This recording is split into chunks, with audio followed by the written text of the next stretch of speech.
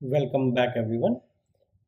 हमने last video में deletion के केसेस देख लिए थे एंड मैं एक बात बतानी भूल गया कि यहाँ पे जो ऑर्डर होगा, बिकॉज मैं ये पर्टिकुलर वाइल लूप चला रहा हूँ, तो ये जो पर्टिकुलर ऑर्डर होगा this is order of n होगा।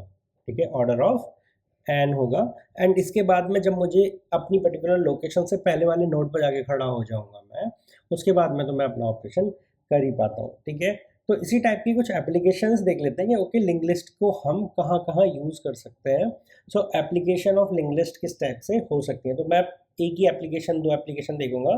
सो फॉर अ सिंप्लिसिटी मैं मैथमेटिक्स में कैसे लिंक लिस्ट का यूज़ करा जा सकता है उसमें देख लेते हैं। ठीक है, सो मुझे एक पॉलिनोमियल इक्वेशन दे रखी है 10x³ minus 8x² minus 5x+9। ये मेरी एक पॉलिनोमियल इक्वेशन है। ठीक है, अब मुझे अगर लिंक लिस्ट में इसको स्टोर करना है, so what I will do कि देखो सारी की सारी वैल्यू x में है। ठीक है, तो मैं एक नोड बनाऊंगा जिसमें पहला जो वैल्यू है, पहला डेटा जो है, पहला जो वेरिएबल है, that will tell me coefficient. Coefficient क्या है? Second data will tell me exponent, okay, of x, and third data will behave as a link। okay, तो इसका पहले नोड बनाते हैं, तो struct node and this is my polynomial equation node, right? तो मैं इसको इस टाइप से लिख लूंगा ना। पहला is a integer value, okay, ये मेरा क्या है? कोफिशिएंट है। Okay, second again a integer value, this is exponent, and third one is a pointer to struct of type node। ठीक है, इसको मैं लिंक बोलूंगा। तो जब भी मैं इस इक्वेशन को लिखने वाला हूँगा, ठीक है, एक लिंक लिस्ट के फॉर्म में, तो मैं एक नया पॉलिनोमियल इक्वेशन का नोड बनाऊंगा।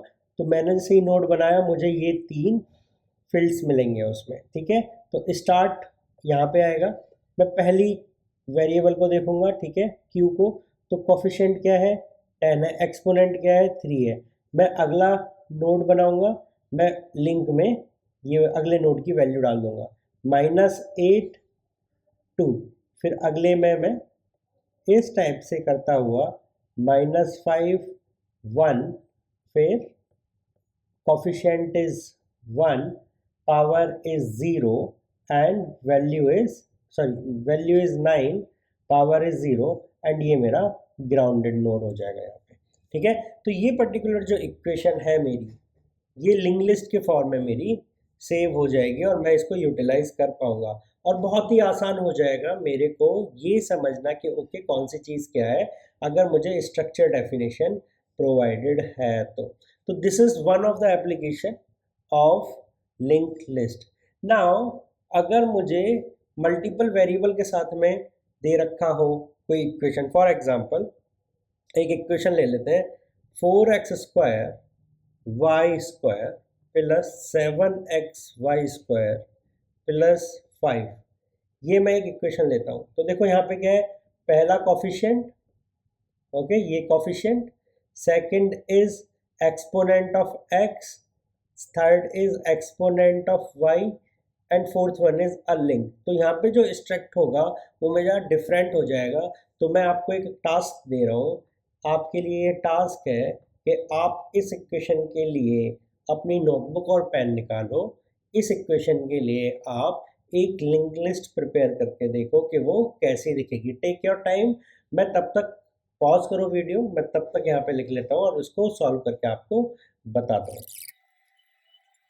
सो अगर आपने सॉल्व कर लिया है, तो ये जो मैंने आपको यहाँ पे नीचे लिंक लिस्ट बनाई है, फर्स्ट कोफिशिएंट इज 4, एक्स का एक्सपोनेंट इज 2, वाई का एक्सपोनेंट इज 2, ये देखो।